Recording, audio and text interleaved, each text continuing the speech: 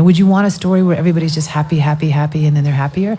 When I first started as a storyteller, all my teachers told me that. Nobody wants us to see a story about happy people get happier. And I was like, yes, they do. Like, I don't want to just have a crappy, you're telling me everyone has to have difficulty. And that, if you're saying that's true, then it's going to happen in my life. And I want to get this figured out soon, just get happier and happier. And now I know what people are saying. It's not, it's that the transformation is what's interesting.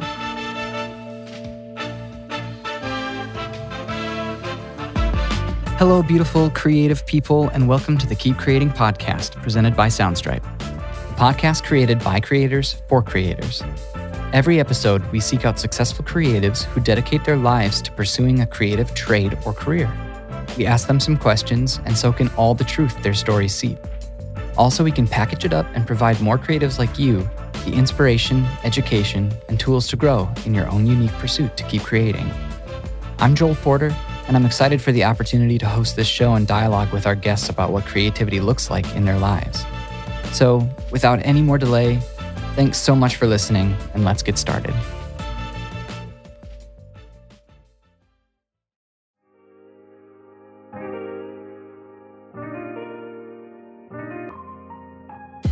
Master creative, poet, singer, and activist Maya Angelou once said, "There is no greater agony than bearing an untold story inside you."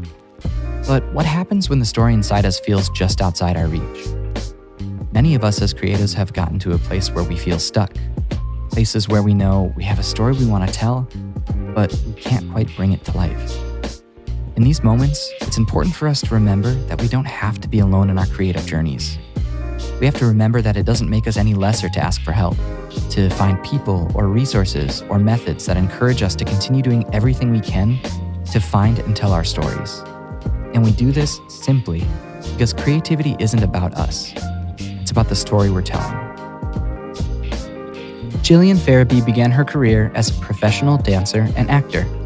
She toured Europe and North America with innovative dance and theater companies for over 15 years, as well as performed in films, television series, and commercials. In 2004, Gillian joined Cirque du Soleil's casting team and was appointed the artistic casting director for the Beatles LOVE show, and became responsible for casting all international touring shows as well. In 2012, Gillian was promoted to the director of the creative lab of Cirque du Soleil Media, where she led a team in developing a wide range of projects such as the video game Child of Light with Ubisoft, the animated series Luna Petunia for Netflix, and the Emmy-award winning VR short Inside the Box Kurios for Samsung. In 2017, Gillian founded the innovation agency Kite Parade, which blends her years of experience in storytelling, creative direction, and large-scale production with her knowledge of transformational leadership. Gillian is a wise soul who is so generous with her experiences and so enthusiastic about helping creatives actualize their goals and ambitions. Just a disclaimer, I had the opportunity to talk with Gillian at a live podcast session during the 2019 Story Conference, so there are bits of audio that bleed into our conversation.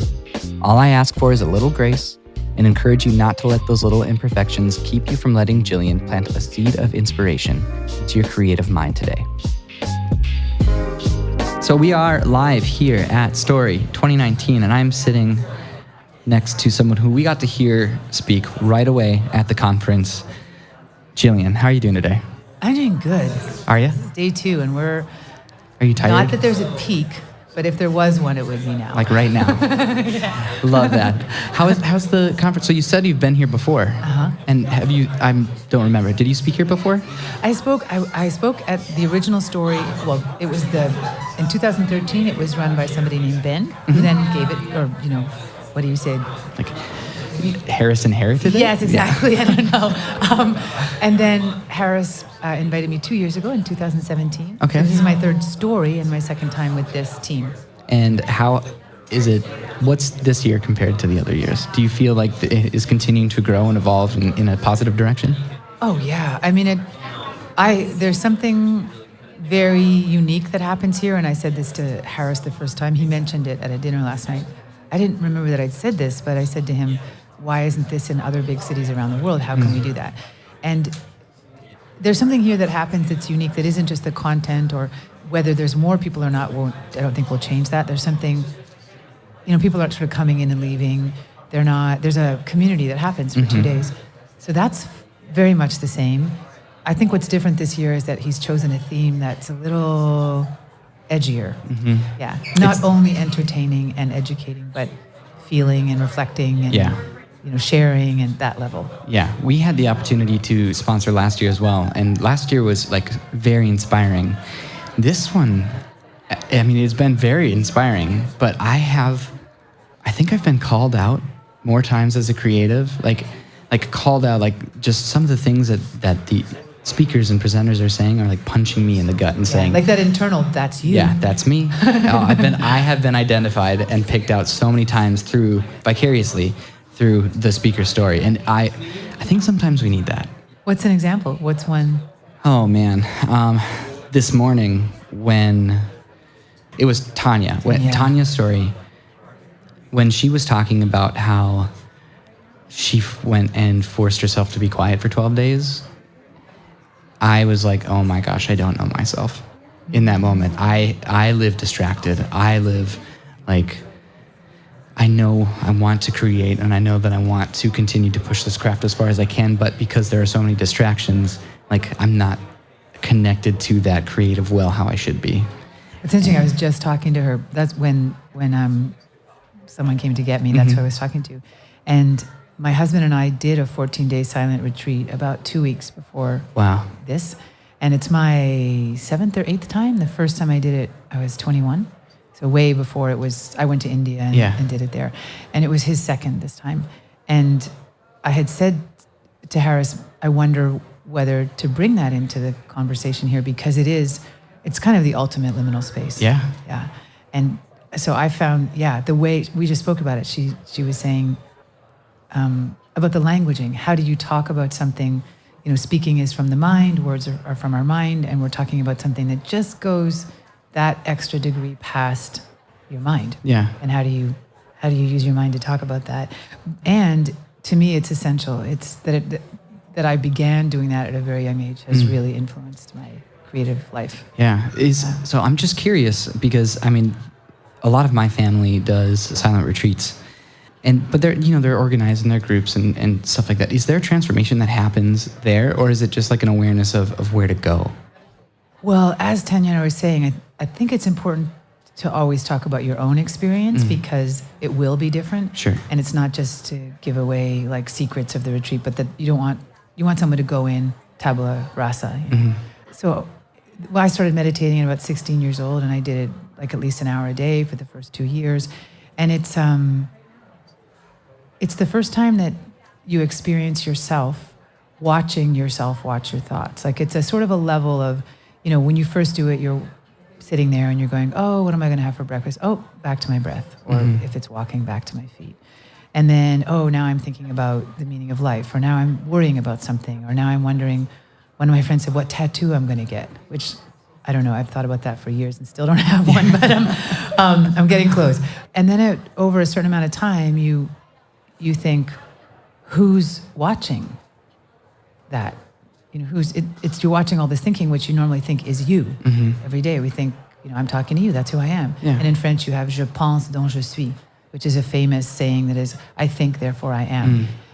So you're watching this thinking, and eventually, because you're just doing that, you, who's doing that, you start to land there. And so you notice some version of yourself that is not the thinking self. And it's actually, the first time it happened to me, it's a little bit freaky. And it's like, am I having some kind of psychotic breakdown? Or, because we don't talk about that much in our society. So, but over time that becomes more relaxing, and it's a quieter place. It's a version of yourself. It's a place you can be in yourself. And you have to do it a long time for the thinking to slow down. But I say that sometimes thinking is like a really well-trained German shepherd. If you train your mind well, and you can tell it, sit for a while, and I'll come back. And when you come back, the German shepherd's like, you were doing nothing. Yeah. What was that about, What was that thing you were doing that was just sitting there doing nothing, you know? If it's not trained, it will keep, coming in and trying to mess it up. But when you allow your thinking, as a creative, very important, you say, I'm going to stop this for a while. And when it keeps coming, you say, no, not now. It eventually slows down. And most of us have experienced it like sitting in front of a huge lake on a perfect day, when there isn't anything that you're really worried about, and you realize, oh, wow, this is just quiet. I'm quiet. Nature's being quiet, right? I mean, everything feels quiet. How do you cultivate that and not have to be by a lake all the time? And I think it's particularly important for creatives because we can burn out our mind very easily. A lot of burnouts are just mental. And I have creative friends who that's happened to, and their burnout was them just looking at a wall for several months until they had recovered. It wasn't particularly emotional depression or physical symptoms. It was just like you can barely put a couple of thoughts together. And that was someone who was doing 3 left brain, right brain, different projects at the same time. So learning to rest your mind, which ultimately ends up resting your body and your heart. And it's a practice, and it's difficult at first because of that identification, and when we're occupying ourselves, even when we're not like professionally thinking, then, we're having dinner and we're talking, so we're thinking. And then when there's a break, we look at our phone and read and think. And the only time we stop is like a few moments before we fall asleep or after. Or certain chemical aids help a certain amount of not thinking. And then people are pretty attracted to those in the creative world, So yeah, I think to go back, the question is what's the relationship? And what you sensed, I think, in what she was saying was this would be good to do before you have a breakdown that this would help. Yeah. So as creative people, and because we're trying to bring so much value, as much value as we can in this podcast to creatives, it's so unique that we have a coach, a creative coach, and someone with a well of experience here. And I can't wait. I want to get into all of that. But before we do that, I'd love to hear a little bit more about your story on your journey into becoming an expert in creativity. Talk a little bit about yourself. It's always funny saying that because anyone who knows about creativity, it's like the one thing is that it's an illusion that you ever arrive. Right. So I'm an expert in always arriving, to expertise. My mother is an industrial designer, and she went to art school in London, and then her graduating project was a chair, so common, industrial designers and chairs. And Terence Conrad, the designer, bought it and manufactured it, and she started working for him. So she was already unusual as a woman in a field that was also kind of burgeoning. The word industrial designer really was coming into its own at that time, or the craft, I guess, or the trade. And then she came to America, as they call it at that time in Europe. She came to America. And she worked in New York with some big companies, and then came to Montreal, met my dad through her sister, and then stayed in Montreal and worked on Expo 67, Place Ville Marie, some really iconic for Montreal and Expo 67 for the world projects. So I grew up in that environment with a mother who was not only herself in a creative field, but we used to do things like we would have blind meals, or we would make art, or we'd be blindfolded and put a piece of paper, and we'd have glue and different textured stuff like steel wool and sand and cotton balls, and we would make texture paintings. So she was already doing the kind of synesthetic, fun stuff. Yeah. So I grew up very much, when I was 10, I wanted to paint my room. And she said, well, okay, how about you do a study for a week of how you use your room, how the sunlight moves in your room, and then you'll decide what you want to paint, and then you'll go and do like a budget at the hardware store, and then you can paint your room, which for a 10-year-old was like, oh, my friends just get to paint their rooms. But I probably would have just painted it like bright pink and regretted it maybe a few days later. So I already was born into that, if you say, or raised in that. I knew I wanted to act and dance and sing, and to a 12-year-old, I was like, well, dancing you have to do young, and acting you kind of have to do, at least young-ish, and then singing. So singing you probably should start young, but I decided to do them in an order. So my first career was as a dancer, and I did that for, 8 or 10 years of touring. And because of injuries and also feeling a bit like it was a mute art form, I went into acting, a little bit accidentally and then by choice. And then through that, I had auditioned for a Cirque show, and Cirque, or Cirque in English. It's big now, but when it was smaller in Montreal, everybody in the creative community knew each other, knew Cirque. There was other kind of innovative theater companies that didn't turn into Cirque, but who were doing similar stuff. So at one point, long story short, they just called to see if I wanted to run auditions. And I said no, actually, the first time. I was doing film. And then the second year, there was a change in the film industry in Canada, and I just bought a house. So I said yes. And then I was in casting, different parts of casting for 8 years. And then the last 3 years, they had a joint venture with Bell Media, which was a exploratory and not media company, to see how this DNA could be put into the really 2D digital media space or media space. And we ended up going into traditional film and TV, but also into VR and AR, because that was what was opening up, and Cirque was coming into an industry without that history. And there were places where, but traditional film and TV has its pipeline that's pretty set, and Cirque is not a normal position in that pipeline. But in VR and AR, in a way, we were the same as everybody else. So that's mostly what we did. And then that department was, when the company was sold, they folded it into the company. And I had opportunities to do stuff, but I decided to start my own company. So our company is called Kite Parade, and we work with creatives and creative entrepreneurs and storytellers who feel like there's a project or an idea that they want to do that is really unprecedented for them. So whether you call it innovative or unprecedented, and we accompany that whole process. It can be advising, it can be around storytelling, it can be facilitating, coaching. One of my clients says you're like a transformational creative midwife. So you meet at the beginning or somewhere near the beginning, and then are holding space basically all the way through, but with expertise.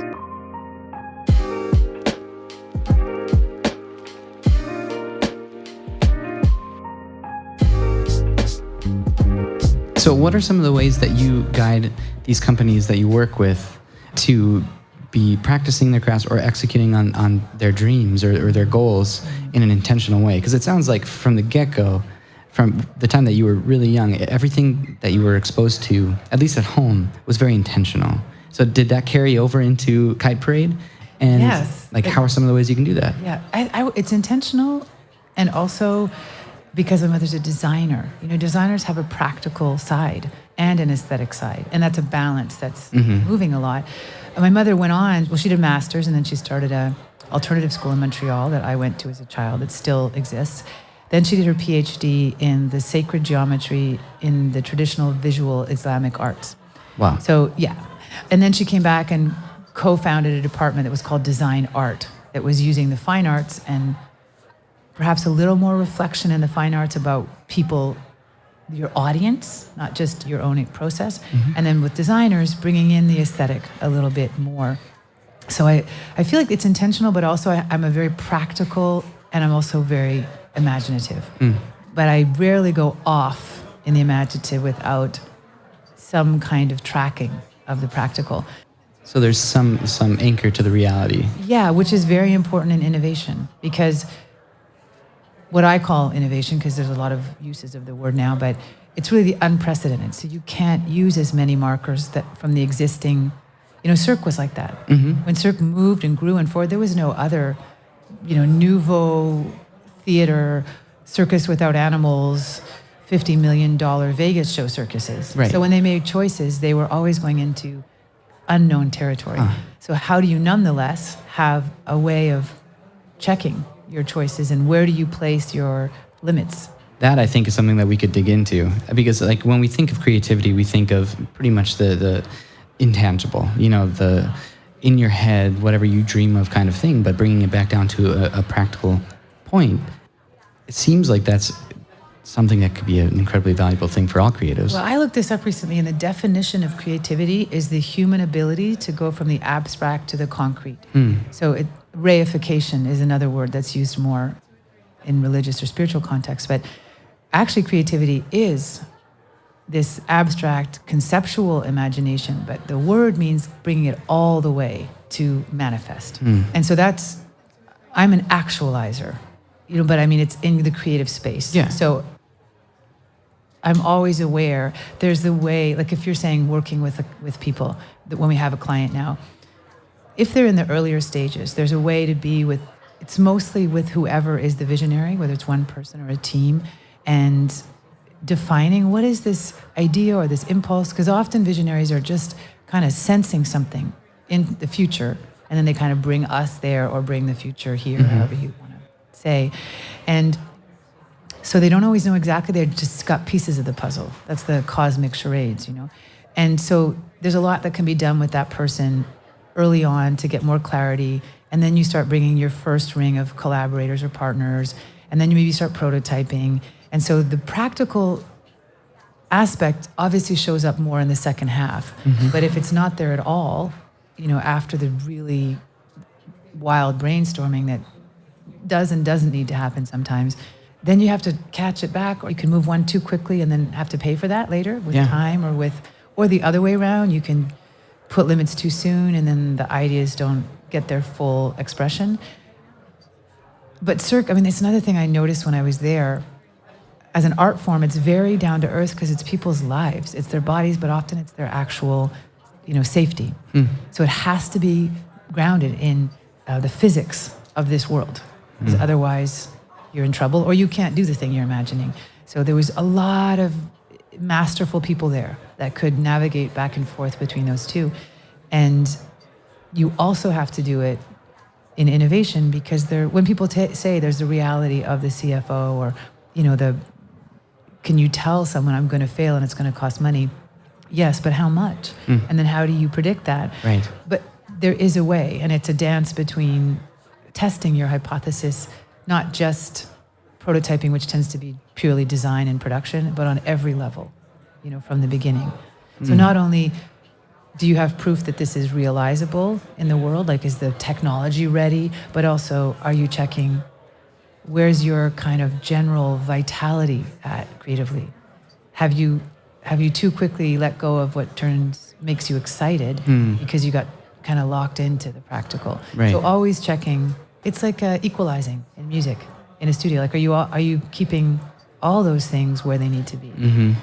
That's so interesting. I want to dig into that in a little bit of a different aspect. It sounds like, from what you were just saying, that one of the biggest challenges is trying to keep everything balanced. So I want to ask two questions. One, what are some things that you do in order to keep those things in check, in balance, whether it's a daily routine or journaling or meditation or anything like that, and why? And then on the adverse side of that, what are some challenges that you have to face in this practice of balance? Yeah, it's kind of the same question in a way, which is good. Yeah. So these are mine, and I have some that work for other people. So it's a list that is me and other people. For me, movement is absolutely essential. Okay. I've always been a very physical person, very high metabolism, athlete, dancer, and I became those things for a reason, because it keeps me more in balance. So I have to have some kind of movement early in the day. Okay, I can miss it 1 or 2 days a week if I really went for it the day before, but I'll end up having too much physical energy, and it's interfering with the flow of thoughts and ideas, and ideally outside. For whatever reason, that fresh air, all of that, it sets me up, Another one, interestingly, because you name things that were mostly solitary, I think all big picture, people, creatives who go for it need this. I have what I call my unofficial board of directors, One of my mentors calls it your genius board of directors. And it's people that I can check things with, because as with every creative, even though I coach other people in that position, it also happens to me. It never stops. So it's the people I can, it's interesting, even if it doesn't matter what they answer, actually, it's being able to say it out loud and see a response.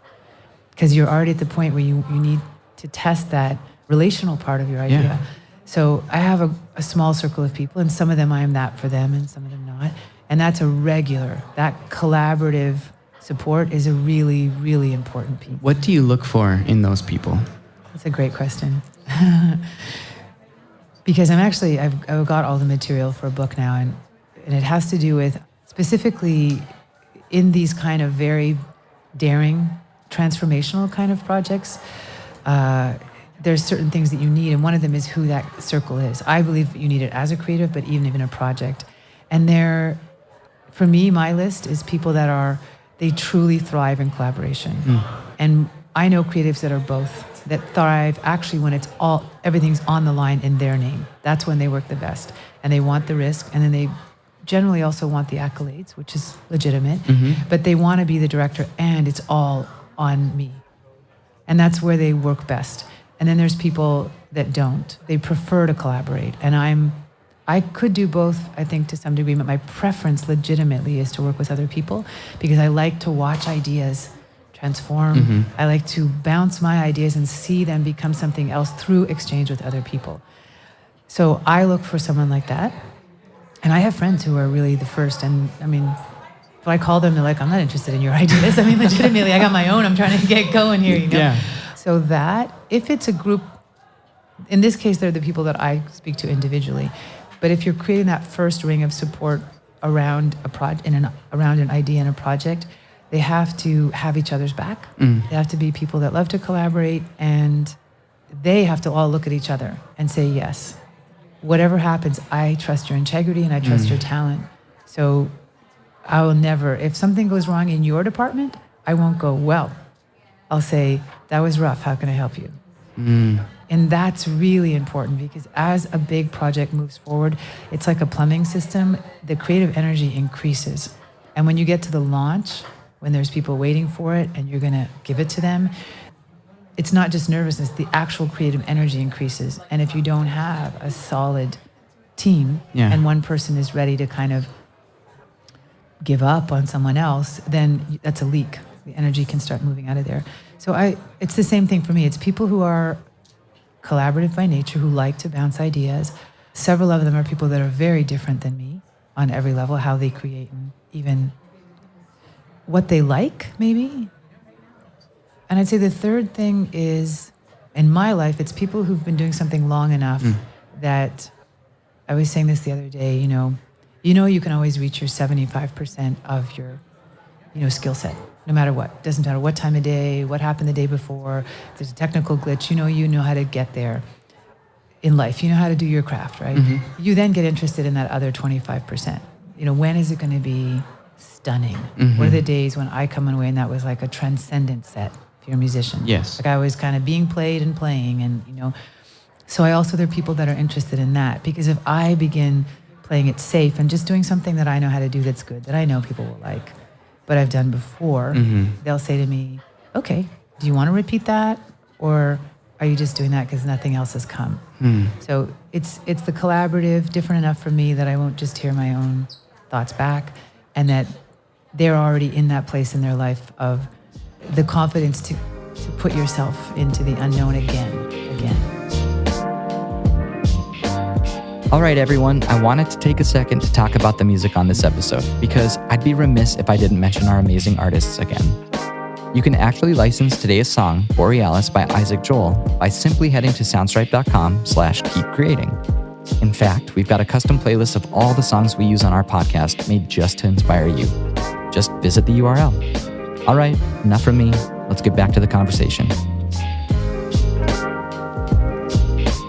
I want to ask, do you have an example of something that you've worked on, whether it be in a collaborative experience or not, that was an absolute failure?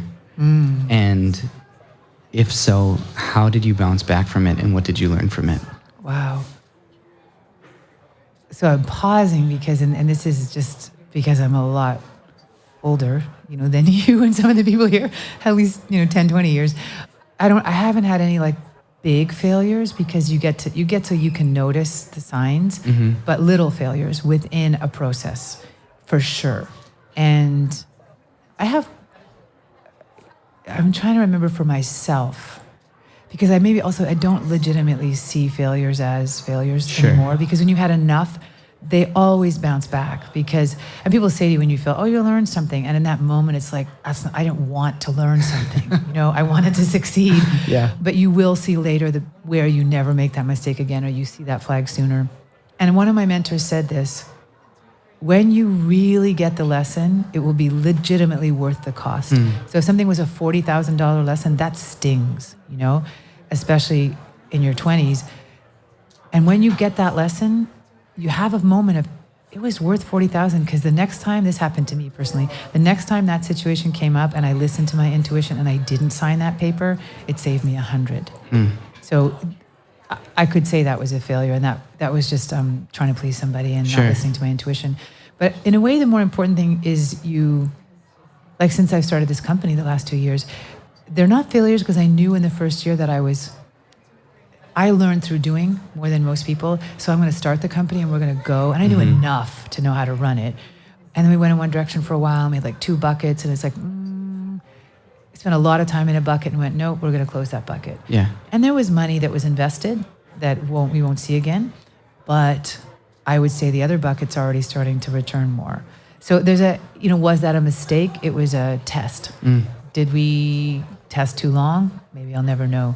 But I think when you have a creative life, you probably know this, see someone their first time out might think of that as a failure because they think everything should go well. But it really doesn't, and you almost wouldn't want it to. Would you want a story where everybody's just happy, happy, happy, and then they're happier? When I first started as a storyteller, all my teachers told me that. Nobody wants to see a story about happy people get happier. I was like, yes, they do. I don't want to just have a crappy. You're telling me everyone has to have difficulty, and that. If you're saying that's true, then it's going to happen in my life, and I want to get this figured out soon. Just get happier and happier. And now I know what people are saying. It's not. It's that the transformation is what's interesting. So when you do that enough, you get to see yourself in, here we go, the liminal space, and know that it's fertile, and it will add to your catalog of experiences and imagination and tools. So when you get there, you're like, ooh, it doesn't actually even hurt that much. I mean, if you ask my husband, he'd say I get a little bit irritated or irritable for a few days, when it's not going how I might have planned. Yeah. But then the good thing about being a coach is I pull out my own tools and say, are you practicing what you preach, Right. Another thing that it sounds like is that self-awareness is a huge aspect of this journey in creativity. What types of strategies or tools do you use to become more self-aware so that you can recognize the opportunities or these opportunities of learning and start to change the narrative in your own head from failure to, oh, I can accept this as a growth process? Yeah. Well, there's 3 that come to mind that are different. One, I started doing this when I was about 20 years ago, and I don't do it as much anymore, but it's super easy. So I want to give one as like a super easy one. Periodically in your day, randomly when you think about it, just stop for 10 seconds. Not in the middle of the road, obviously, but and just stop wherever you are and watch what you're thinking. And you'll notice where your bandwidth is going. So that's the self-awareness of, I'm actually wasting a lot of time on, the first time I did it, on my shift waitressing yesterday. And what happened, and can I avoid that today? But it wasn't a proper strategic reflection. It was just going on, while I was trying to write about a story. So that's just, and it's fun because it's only 10 seconds, and you'll be totally surprised what you're thinking about sometimes, like what is actually going on in that background track. So that's one. Anytime you're sure of what the outcome's going to be of something, and this is like one of those fun creative ones, to come up with 12 alternative outcomes. So I think I'm going to go into that pitch meeting and it's going to go badly because I'm not prepared, Then you go, I'm going to go in that pitch meeting and one of the people on the other side of the table is going to have a heart attack. Not that that's a good thing, but we're just storytelling, right? I will go into that pitch meeting and the whole room will be painted like purple, and then a dragon will arrive, and like you just force your imagination because creatives have that, and then you'll make 2 where I go in and they ask me to come in next week again and they give me feedback, maybe a little more legitimate success. I go in and I literally can't talk because I'm having a panic attack. Just do that thing that we do as creatives with your own life of just like, you're just reminding yourself that you don't know what's going to happen. So that's a playful game, and you just go crazy with it. And many times I've done that, and really sometimes what happens is not even close to any of the ones I thought of. This is like advanced level. So something happens and you say, this seems like something I really don't want to happen, or the worst thing that can happen sometimes. And you say, if I was like, for the purpose of the story, like the angel that takes care of me, whether you believe in angels isn't relevant, some magical creature, and their job was to make my life exactly what it was meant to be, and they want me to have a great life, and they made this happen. So what am I not seeing in this moment that is actually the perfect situation for me? So I'll give you a crazy little example. I thought I lost my passport this morning. I couldn't find it anywhere. I came here and I told Ashley and I told Kate, and I was like, okay, I'm just going to go for it. I asked someone to text Apollo and see if he'd stolen it as a joke. He's the magician, the sleight of hand guy. That's how freaked out I was. And he texted, no, because really that wouldn't be funny. No, he got that I was just like really trying to cover all my bases. And Ashley, if anyone knows, she's one of Harris's assistant. She said, can I give fresh eyes to your suitcase? And she found it. But before that, I was saying to myself, okay, I know how to take care of this, but I did that exercise for my own sake. If this somehow was for me, like was some kind of weird positive for me, I was like, well, I have a lot of stamps on my passport from traveling. Maybe someone's going to invite me to some like really exotic country next year, like Uzbekistan, and it's not good to have stamps. So the universe, or you call it, is arranging for me to lose my passport and get a clean one. Like, of course, that doesn't exactly make sense. Yeah. But it's all about flexing that muscle that is our natural imaginary muscle. It's the fact or fiction one I talked about yesterday, is to stop thinking you know the end. You know, to keep stretching, because sometimes what you think is going to happens. Right. And sometimes something else completely different happens. But the fact that you are available for something else means sometimes you notice something that you could have missed, and therefore it doesn't happen. So the self-awareness of where you limit possibilities for yourself, but it's only going to make you a better storyteller. Yeah. Because you should do the same thing. I mean, most writers at least know that you get into a room at one point, especially if you're in a writing room, and it's going to go, what else could happen? What else could happen? Even with a great idea, just for the sake of it, what else could happen to this character? And so do it with yourself. Yeah. You know, find out where you've decided that your character is X, you know, and your life is X. I love that. Yeah, it's fun. It's kind of crazy. It is. I mean, it opens up so much possibility. And Harris talks about this a lot. And we actually had him on the podcast, and he consistently mentioned childlike wonder. And I feel like that's an exercise to like actually pursue rediscovering your childlike wonder. I spent about 6 weeks, spent a lot of time over a 6-week period with my 4-year-old nephew. You know, his brother was in hospital, and so I was like helping out and babysitting more than usual. So he's 4, which is at 4 to 6, which we're kind of forgetting that they're not developing executive functioning really yet. So math and writing is like minimal. And people like, unfortunately in our society, we kind of dismiss, you know, we're just waiting for them to be ready to be an executive or do something that we can see would work in the, you know, in the adult world and assure their future. But 4 to 6 is the right brain. They're developing, you know, they don't really understand time and space that well. So I was spending like all day, and all day is like game after game of dolphins and dinosaurs and cars. And the first day I was like, I can feel it in my brain. This is the same part of my brain that I use in my daily life to some degree, some part of the day. It's the same thing. And that's all he's doing most of the day. And I was like, he had worn me out in 45 minutes the first day. I couldn't, right? Anyone with kids, he was like, I could not think of anything else to do. And he's just going and going. But by the end, I was like on it. But the only reason is because you got to go fantastical. Yeah. Like you have done everything that any dinosaur in your imagination would realistically do, or in any movie, and you're just an hour in. And most adults are like, let's go to the babysitter now. Or, you know, you're just like, it's not even that you have other things to do. You can't keep up, you know? Yeah. There's a picture that my husband took the second day. It's like 8 o'clock at night. We're around a little table like this with all the dinosaurs. And he's like this. And I'm like, because I don't. And he's saying to me, so what else could they do? Okay, let's do another race.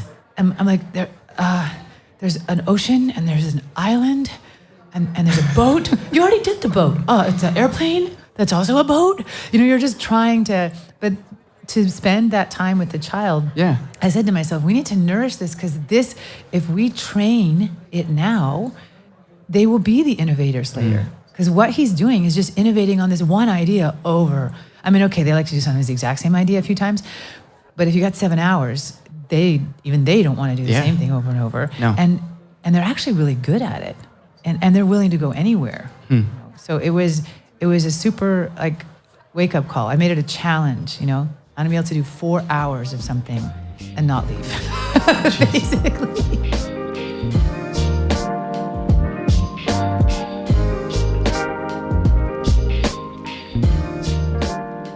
So going back to that idea of trying to reclaim something that you had as a child, if you could get into a time machine and go back to your adolescent self or your, you know, elementary self, what's a piece of advice that you would give yourself?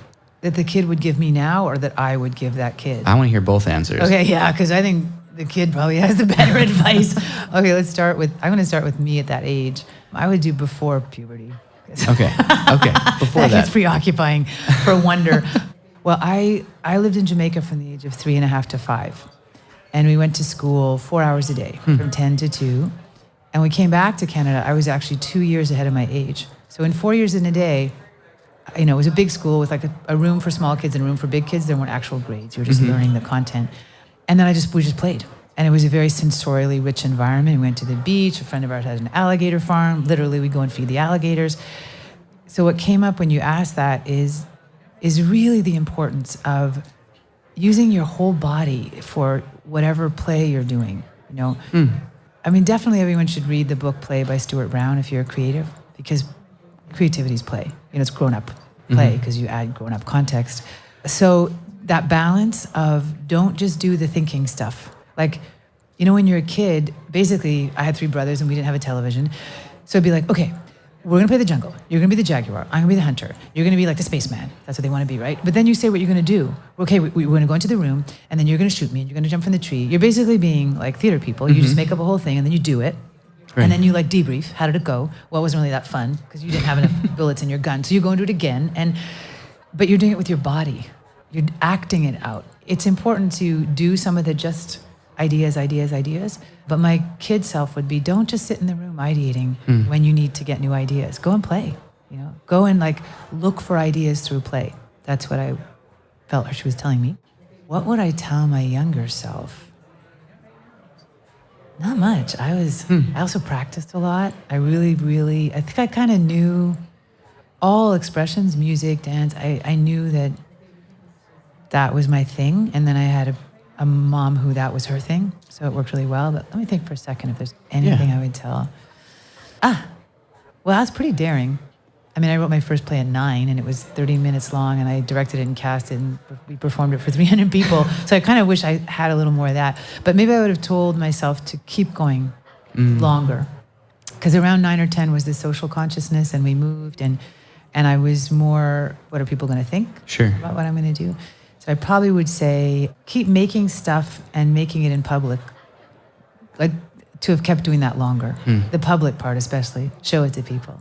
That instant feedback. Yeah, because I could think between 5 and 9, if you are a natural creator, I think like a healthy 5-year-old does kind of think they're great. Like that thing that went viral a couple of years ago, she's like, I love my hair. I love my, they're generally not worried about what other people think that much. Looking at themselves in the mirror. And so you do stuff for the doing. And then I anyway did and wasn't that worried. It was just like, you tell a story to tell people, so tell people. And so it probably would have been, keep trusting your own voice a little longer.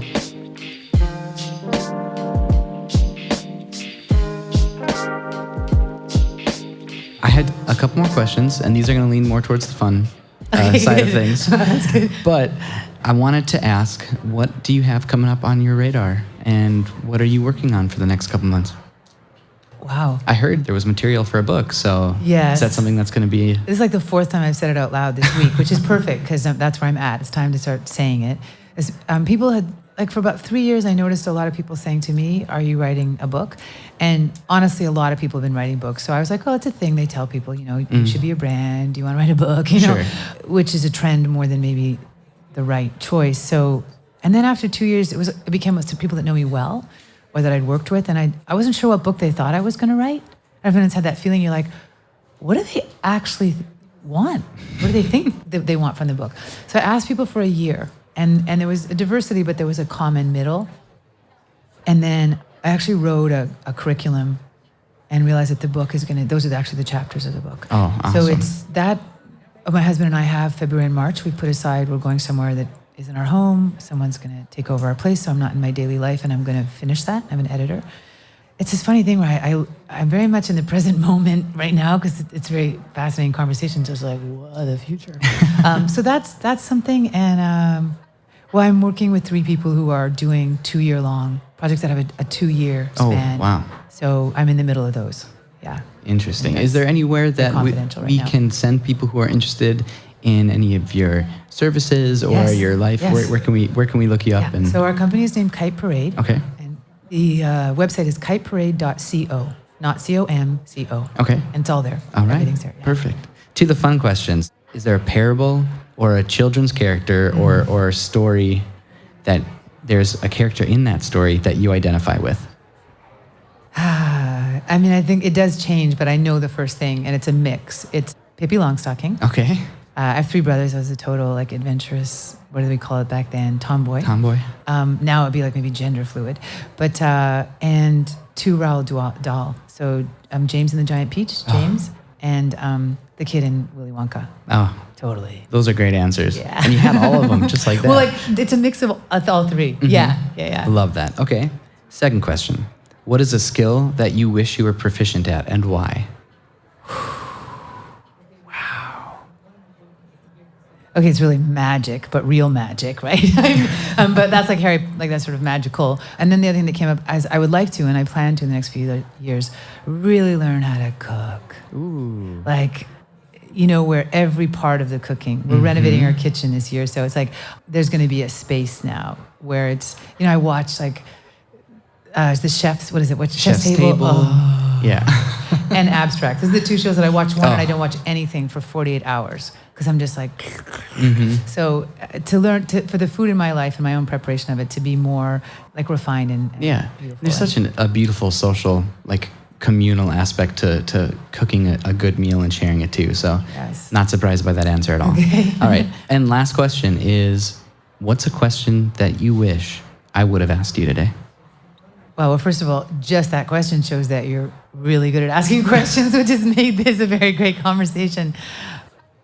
I think for the sake of our context, just for me to reflect on what has been a like what comes to mind first as an exciting moment in this conference. Well, yeah, there we go. I asked myself the question. Why don't you answer? It's actually the weaving. It's the way the speakers have woven, how we've all woven together. And I believe that Harris is a master of that. He is an experienced designer. So that's what he's always done, right? But there's a wave happening through the 2 days that feels more like some kind of workshop that we were all doing for 2 days that has a beginning, middle, end, and some sort of internal transformation or change that's happening. And this time I'm particularly aware of I feel like my talk and Tanya's talk had something, but also the ones in between. And we've covered a really wide range of relevant topics. And yes, we have a theme, but lots of conferences have a theme. But maybe I feel like we're dancing through the theme in a way that doesn't always happen in conferences. Interesting.